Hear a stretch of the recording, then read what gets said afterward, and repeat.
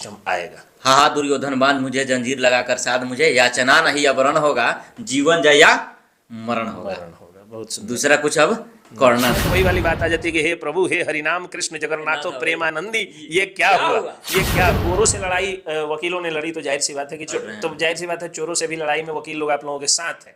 और न्यायालय जो है वो सबकी हेकड़ियां निकालता है। ये मैं शुरू से कहता हूं कि सत्ता हनक और सनक में चाहे जितनी भी बौरा जाए, न्यायालय सबकी हेकड़ी निकाल देता है, क्योंकि न्यायालय में सब आकर के दूध का दूध पानी का पानी पाए जाने वाले में से एक 379 आप पर लगाया पत्रकार महोदय ने ठेकेदार को हाँ मारकर कि सोने घड़ी का के चेन लिए। छीन लिया। अरे सबसे ज्यादा हास्यास्पद तो तब हो जाता है जब कहते हैं कि मेरे एक मजदूर के पॉकेट से 20,000 रुपया निकाल लिया, 40,000 रुपया निकाल लिया, और सोना का चेन निकाल लिया, उसका जो है वो रोलेक्स का घड़ी निकाल लिया, और सोना का 2 अंगूठी भी छीन लिया। 300 रुपया। बताइए, भारत के अगर मजदूरों के गले में 20,000 रुपये का सोना का चेन 40,000 रुपये का हो जाए।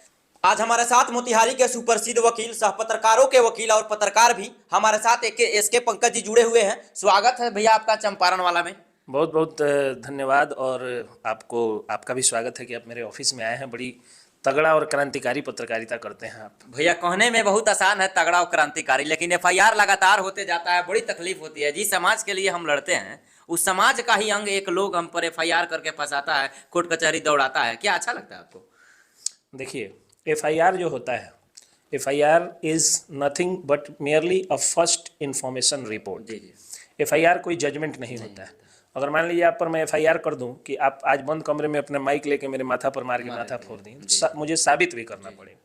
इस देश में जो बर्डन ऑफ प्रूफ है, बहुत सारे केसेस में वो बर्डन ऑफ प्रूफ जो है वो प्रोसिक्यूशन पक्ष पे होता है। इसको आसान भाषा में समझिए कि जैसे मान लीजिए कि एक महिला के साथ कोई अपराध हुआ, जी जी, तो बर्डन ऑफ प्रूफ जो है वो एक्यूजिशन पक्ष पर होता है। एक महिला ने कह दिया कि हाँ फलाना व्यक्ति ने मेरे साथ रेप किया है, तो फिर आपको साबित करना है कि आप निर्दोष कैसे हैं।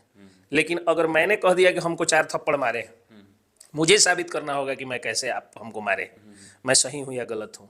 तो बर्डन ऑफ प्रूफ जिसको कहा जाता है वो इंडियन एविडेंस एक्ट में वो डिस्क्राइब्ड है कि प्रोसिक्यूशन को साबित करना होगा ज़्यादातर मामलों में। कि एफआईआर से बहुत ज़्यादा घबराने की जरूरत नहीं है अगर आप सही काम कर रहे हैं तो, क्योंकि आपके ऊपर एफआईआर हुआ तो सभी लोग जानते हैं कि फर्जी एफआईआर हुआ। जी जी जी। क्योंकि आप पत्रकार हैं, आप रंगदार नहीं हैं, आप कोई क्रिमिनल नहीं है, गुंडा नहीं है, माफिया नहीं है। जो माफिया होगा वो कैमरे पे आके जो है सबके सामने दहाड़ेगा नहीं, वो जो है बाउंसर्स की टीम लेकर के चलेगा, बॉडीगार्ड्स के बीच में चलेगा, आर्म्स आगे पीछे लेकर के चलेगा। तो आप माफिया नहीं हैं, आप गुंडा नहीं हैं, आप एक पत्रकार हैं, आप डिजिटल मीडिया के पत्रकार हैं, कुछ लोग यूट्यूबर भी कह सकते हैं, तो वो आप हैं।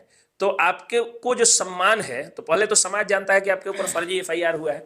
दूसरा, अगर समाज इस बात को जानता है और ये सच्चाई है तो कोर्ट में भी साबित हो जाएगा। इसलिए बहुत ज्यादा घबराने की जरूरत नहीं है। कभी कभी अक्सर देखा जाता है कि जब तक ज्यादा आपके ऊपर क्रिमिनल हिस्ट्री हो जाए तो बेल लेने में कठिनाइयां होती है, चाहे वो मतलब छोटा केस हो या बड़ा केस हो या कोई फर्जी में फंसाया जाए। देखिए, according to a judgment of honourable high court, honourable high court के एक जजमेंट में था कि आपको क्रिमिनल एंटीसेडेंट जो है वो शो करना है। सुनिए, नहीं, ऑनरेबल हाई कोर्ट के जजमेंट कि आपको शो करना है और उसके आधार पर आपका बेल जो है वो प्रभावित होगा, बेल इन्फ्लुएंस्ड होगा, उसके आधार पर अफेक्टेड होगा। लेकिन अभी हाल में ही सुप्रीम कोर्ट ने, ऑनरेबल सुप्रीम कोर्ट ने, ऑनरेबल एपेक्स कोर्ट ने एक जजमेंट दिया है कि केवल क्रिमिनल एंटीसीडेंट के आधार पे आपका बेल रिजेक्ट नहीं किया जा सकता है। देखना होगा कि उक्त मामले में, जिस मामले में आप पिटिशनर हैं, उस मामले में आपका क्या इंग्रेडिएंट बनता है, आपका मेरिट क्या है, उसके आधार पे बेल रिजेक्ट या अलाउ होगा। इसलिए अगर क्रिमिनल एंटीसीडेंट ज्यादा हो जाता है और सब एक ही नेचर का होता है, क्योंकि आप पत्रकार हैं तो जाहिर सी बात है कि ज्यादा 353 आप पर लगेगा, 353 लगेगा। आप दंगों की खबर दिखाइएगा तो 153 बी लगेगा। आपको अगर ये ठेकेदार के खिलाफ दिखाइएगा तो वो आप पर 385 लगवाएगा। यही सब होगा। या मतलब भारत में सबसे ज्यादा झूठा केस पाया जाने वाला 379 पाए जाने वाले में से एक 379 आप पर लगाया। पत्रकार महोदय ने ठेकेदार को मारकर सोने का चेन छीन लिया। अरे सबसे ज्यादा हास्यास्पद तो तब हो जाता है जब कहते हैं कि मेरे एक मजदूर के पॉकेट से 20,000 रुपया निकाल लिया, 40,000 रुपया निकाल लिया, और सोना का चेन निकाल लिया, उसका जो है वो रोलेक्स का घड़ी निकाल लिया, और सोना का 2 अंगूठी भी छीन लिया। 300 रुपया। बताइए, भारत के अगर मजदूरों के गले में 20,000 रुपये का सोना का चेन 40,000 रुपये का हो जाए, पॉकेट में जो है वो 20,000 रुपये नगद हो जाए, 2 सोने की अंगूठी हो जाए, हे प्रभु, तब तो अपना देश जो है वो अमेरिका से आगे चला गया, जहाँ का ये क्या कहा जाता है, जहाँ का मजदूर भी इतना अमीर हो। तो उन केसेस को जब हम लोग पढ़ते हैं तो वही वाली बात आ जाती है कि हे प्रभु, हे हरिनाम कृष्ण जगन्नाथो प्रेमानंदी, ये क्या हुआ, ये क्या हुआ, वही वाली बात हो जाती है। तो कहने का मतलब ये जिस प्रकार मेरा एफआईआर आपने देखा, मेरा बेल भी आप करवाएंगे, और जिस प्रकार देखा उसमें क्या लगा कि एक पत्रकार आपके ऊपर धरातल पे जा करके 1 लाख की रंगदारी मांगता है, जहां सबसे घटिया मतलब यही हाथ निहायती तरह के काम हो रहा है, और वहां पे पत्रकार जाता है। वहीं कुछ प्रशासन लोग पूछते हैं कि क्या नाम है उनका, कन्हैया सिंह बोलते हैं कि आपने क्या क्या उद्भेदन किया। अरे भाई, आप उद्भेदन करने तो नहीं दे रहे हो। आप तो एक आदमी आवेदन लेके जा रहा है, 10-20 हजार रुपया लेके जा रहा है, तो आप पत्रकार पर एफआईआर कर दे रहे हैं। तो आपने उद्भेदन करने का मौका कब दिया भाई? वैसे लोग जब पूछते हैं कि आपने क्या उद्भेदन किया, अंदर से ये जो आप नाम बता रहे हैं, ये किसी पुलिस अफसर का नाम बता रहे हैं। देखिए, हमसे वो पूछे थे, कोई भी पुलिस अफसर हो, जी, वो आप पत्रकार हैं तो आप क्या उद्भेदन किए हैं, ये बात उनको जानने का क्या क्या अधिकार है? जरूरत है? ये उनको जानने के अधिकार नहीं है। आप उद्भेदन किए हैं तो उस पर्टिकुलर विभाग में आप क्या दिखाए हैं, आप कानून के साथ हैं, तो इसके लिए आपको जिला संपर्क पदाधिकारी आपसे जो है वो संपर्क कर सकते हैं, आपसे जो है वो जिलाधिकारी संपर्क कर सकते हैं। लॉ एंड ऑर्डर जिनके हाथ में है, यानी अनुमंडल पदाधिकारी जो है, अनुमंडल दंडाधिकारी आपसे पूछताछ कर सकते हैं या आपसे ये चीज़ पूछ सकते हैं। पुलिस अफसर या कोई थानाध्यक्ष या कोई दरोगा या कोई जमादार आपके पत्रकारिता पर सवाल नहीं पूछ सकता है। वो उनके ऊपर की चीज है, क्योंकि आप तो उनके खिलाफ भी पत्रकारिता कर रहे हैं। मेन दिक्कत यही है ना, मेन दिक्कत यही है।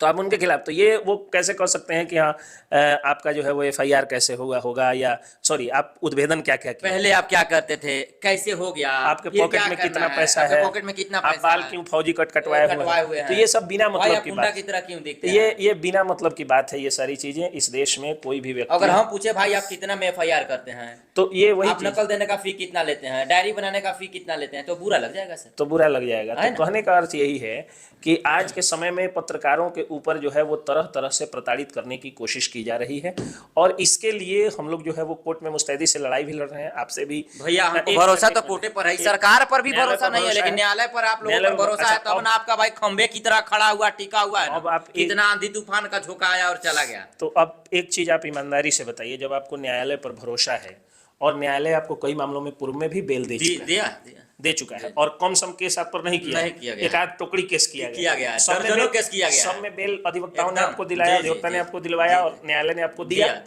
तो कहने का मतलब ये है कि उसमें बेल भी मिलेगा और उसमें आपको क्लीन चिट भी मिलेगी, कुछ में मिला भी है। तो इसलिए घबराने की जरूरत नहीं है, आप लड़ाई अपनी लड़ते रहिए।